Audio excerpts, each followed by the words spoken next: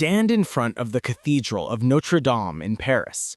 The main entrance door is 42 feet tall, decorated with carved stone, Gothic arches, intricate sculptures of saints and demons.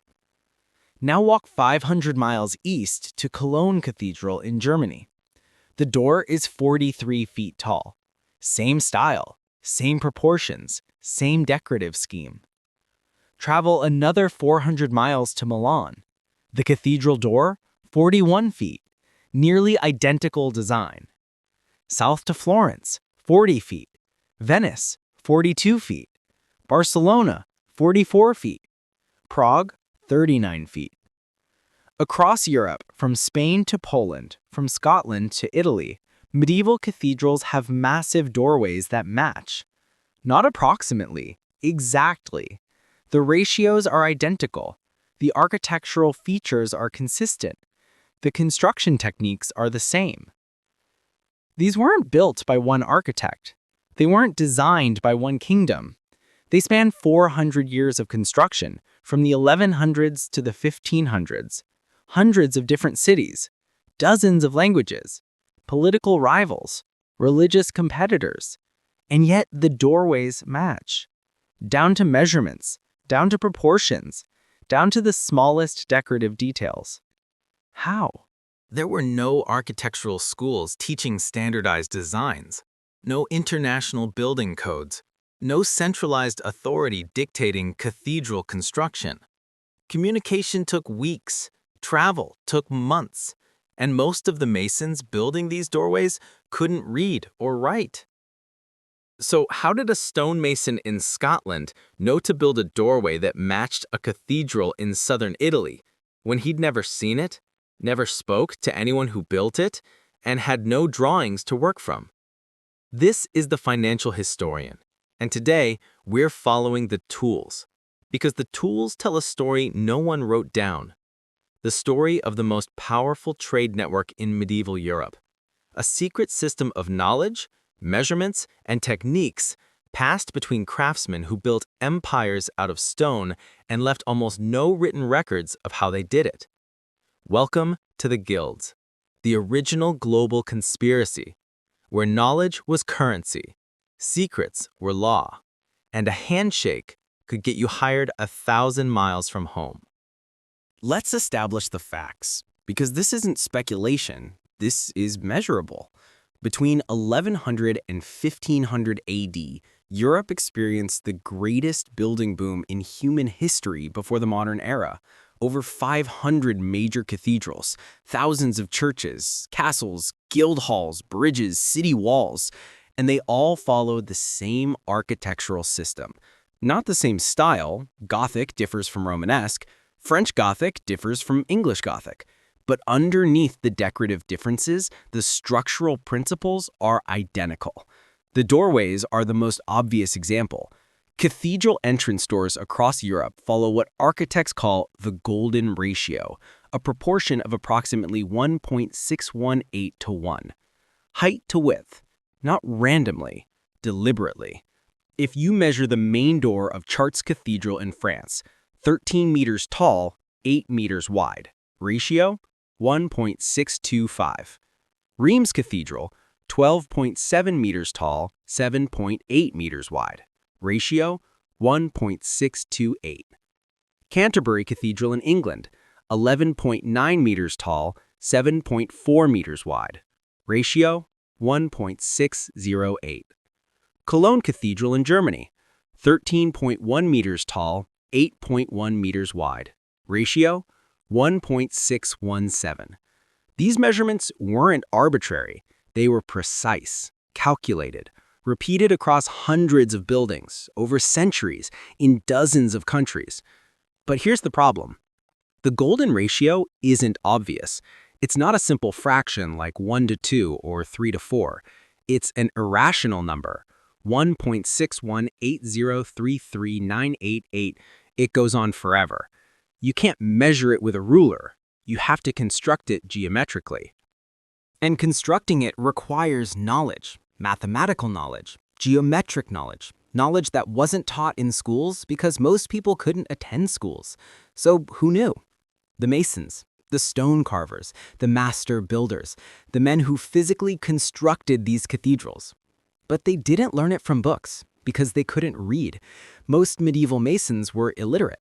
They learned by doing, by apprenticeship, by watching masters demonstrate techniques and replicating them until they became second nature. That's how craft knowledge works. It's embodied, stored in muscle memory, in visual recognition, in the ability to see a proportion and know instantly whether it's right. But that creates a mystery. If the knowledge wasn't written down, and most masons couldn't travel more than 50 miles from their birthplace in their entire lives, how did the same techniques spread across an entire continent?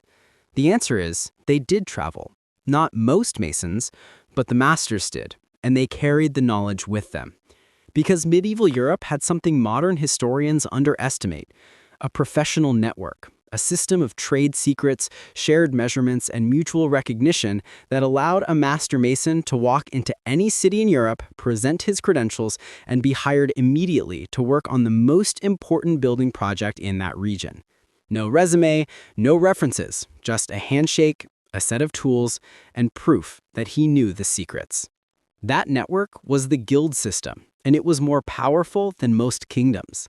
The guilds were not clubs, they were cartels.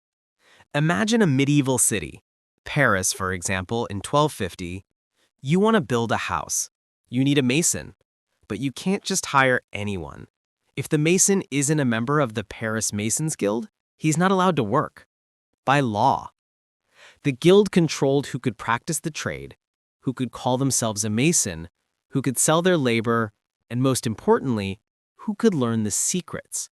Because masonry wasn't just stacking stones, it was engineering. Cathedrals are some of the most complex structures ever built. Stone vaults weighing thousands of tons, suspended 100 feet in the air, held up by arches, buttresses, and mathematical precision. One mistake, and the entire building collapses. Which happened.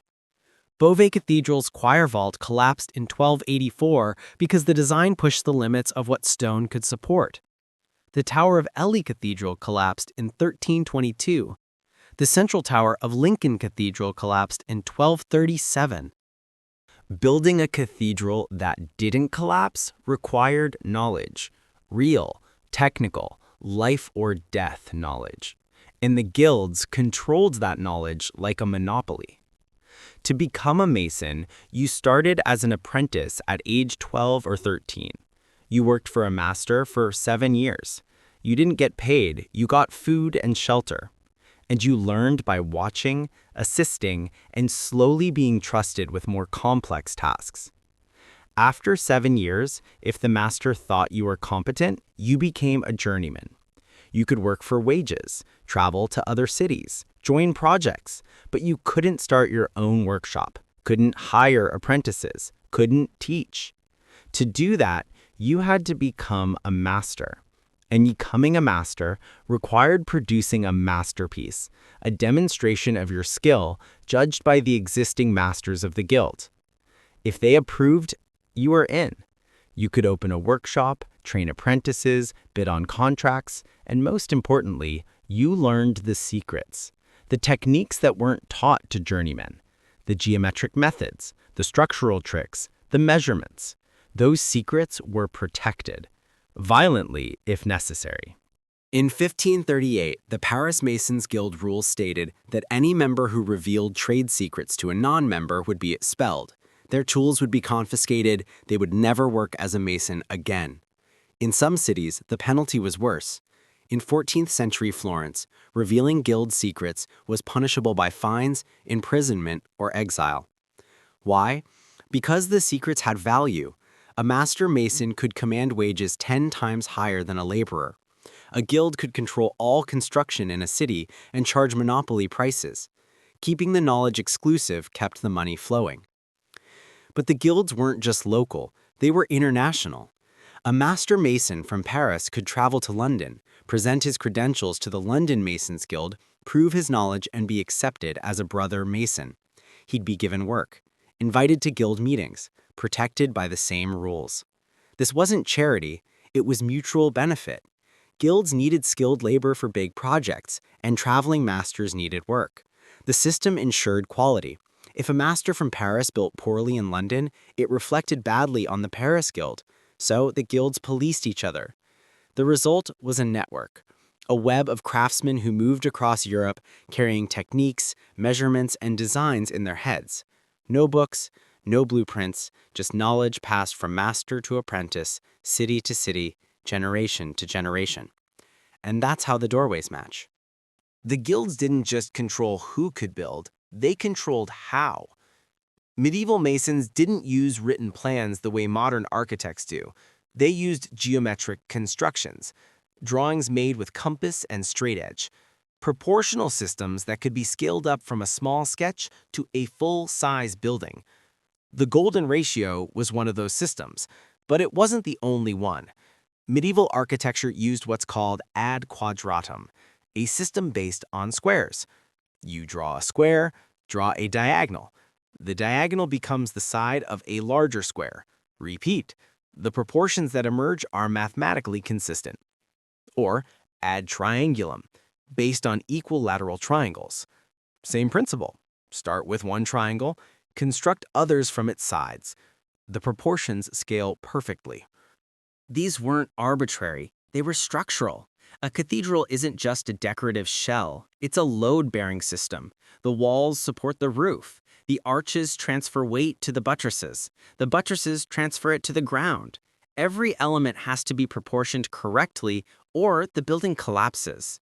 The golden ratio, the square-based system, and the triangle-based system all produce proportions that are structurally sound.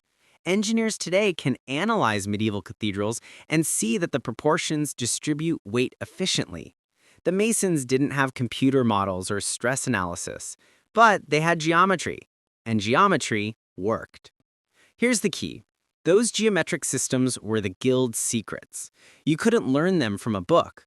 Books on geometry existed. Euclid's Elements was known in medieval Europe, but it didn't explain how to apply geometry to architecture.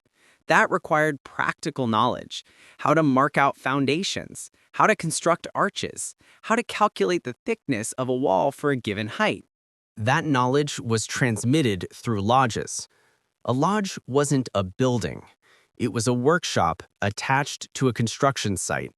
When a cathedral was being built, the lodge was where the masons worked, cut stone, stored tools, held meetings, and trained apprentices. The lodge was sacred space. Outsiders weren't allowed. Non-masons couldn't enter. Inside, the masters taught the journeymen and apprentices the techniques, demonstrated the geometric constructions, showed how to use the compass, the square, the plumb line, and the level, the tools of the trade. And those tools had symbolic meaning. The compass represented precision. The square represented morality. Acting on the square meant acting honestly. The level represented equality among brothers. Yes, brothers. The language of the guilds was familial. Masters were fathers, apprentices were sons. Fellow guild members were brothers. This wasn't metaphor, it was identity. The guild was your family. Your loyalty was to the guild, not to the king, not to the church, to the craft. And the craft had rules. The most important, don't reveal the secrets. But secrets are hard to keep when you're building in public. Anyone could watch a cathedral being built, see the masons working, observe the techniques. So the guilds developed codes, symbolic markings. Every master mason had a personal mark, a unique symbol he carved into the stones he cut. It was part signature, part quality control. If a stone cracked or was poorly cut, the mark identified who was responsible. But the marks also served another purpose. They were recognition symbols. A mason traveling to a new city could show his mark. If the local guild recognized it, they knew he was legitimate. The marks weren't random. They followed patterns, often geometric: circles, squares, triangles, combinations of lines and curves. And they varied by region.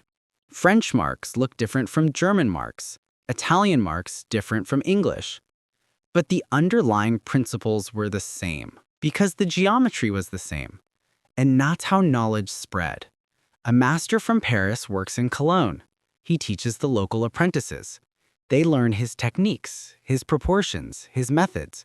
They carry that knowledge to the next project: Prague, Vienna, Krakow. Over centuries, the techniques homogenized, not because anyone mandated it, but because the best techniques survived. If a proportion worked, if it produced stable, beautiful buildings, it was copied, repeated, taught. And the doorways matched because the proportions worked. The guild system lasted for centuries, but it didn't survive the modern world. By the 1500s, things were changing. The printing press, invented in 1450, made books cheap. Architectural treatises began circulating. Palladio's 4 books of architecture, 1570, explained classical proportions. Vitruvius's ancient Roman text was rediscovered and translated. Suddenly, architectural knowledge wasn't locked in the heads of illiterate masons. It was printed, available to anyone who could read. That broke the guild's monopoly on knowledge. At the same time, the Reformation shattered the Catholic Church's dominance. Cathedral construction slowed. The great building projects that employed thousands of masons, gone. The guilds lost their primary revenue source.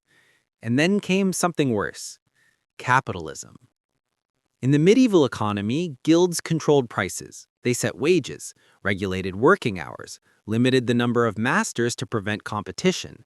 It was a closed system, stable, predictable, but not efficient. By the 1600s, merchants and early capitalists wanted cheaper construction, faster construction. They didn't care about tradition or masterpieces. They cared about profit. So they hired non-guild labor, paid lower wages, broke strikes. And when guilds protested, governments sided with the capitalists because governments wanted tax revenue, and capitalists generated more revenue than guilds. In 1791, France abolished the guilds entirely. The Le Chapelier Law banned all worker associations. No more monopolies, no more price controls. Free market. Compete or die. Other countries followed. By 1850, most of Europe had dismantled the guild system. The craftsmen didn't disappear, but their power did. Masonry became a job, not a calling. Apprenticeships shortened, secrets were published in engineering manuals, the geometric systems were replaced by standardized blueprints and load calculations.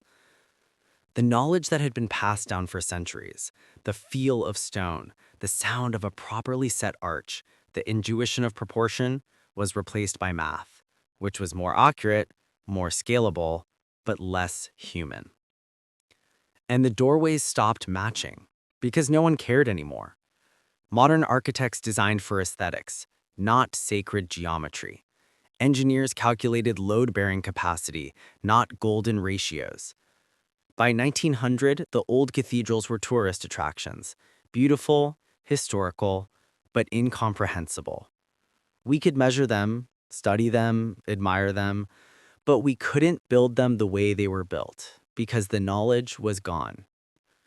The last generation of true master masons, men who learned by apprenticeship, who worked by hand, who knew the secrets, died in the early 20th century.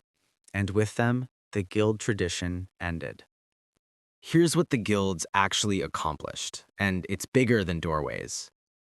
The guilds created the first professional class that wasn't noble, wasn't clergy, and wasn't tied to land. Masons could move freely, sell their labor, accumulate wealth. Some master masons became richer than knights. They created the first international professional network, a system where credentials and reputation mattered more than birthplace or bloodline. If you knew the craft, you were in. That's meritocracy. In the 1200s, they built structures that still stand 800 years later. cathedrals, bridges, castles, city walls. Modern concrete crumbles after 50 years. Medieval stone endures. And they did it without engineers, without computers, without steel. Just stone, geometry, and knowledge passed from person to person. The doorways aren't a mystery, they're evidence. Evidence of a system that worked, a network of knowledge that spanned a continent, a tradition of craftsmanship that valued mastery over speed, quality over cost, and teaching over hoarding. But the doorways also represent something we lost. We lost the apprenticeship model. We have schools now, degrees, certifications. But a degree in architecture doesn't teach you how stone sounds when it's cut correctly, or how mortar feels when it's the right consistency. That's embodied knowledge. And embodied knowledge requires time, years, decades. We lost the guild's meritocracy. Today, who you know matters more than what you know. Connections, networks, credentialism. The guilds had that too. You needed to be accepted by the masters. But the test was your work, your masterpiece, not your resume. We lost the commitment to durability. Medieval masons built cathedrals that would last forever, because forever was the goal. The building was for God, for this city, for posterity. Modern buildings are built to last 30 years, because that's the investment horizon. After that, demolish and rebuild. And we lost the secrecy, which sounds bad, but secrecy had a purpose. It protected the craftsmen, gave them leverage, ensured they were valued. Today, knowledge is free. YouTube tutorials, open source designs. That's good for access, but it also means expertise is devalued. Why pay a master craftsman when you can watch a video? The guilds weren't perfect. They were exclusionary, monopolistic, often corrupt. But they preserved knowledge, maintained standards, and built things that lasted.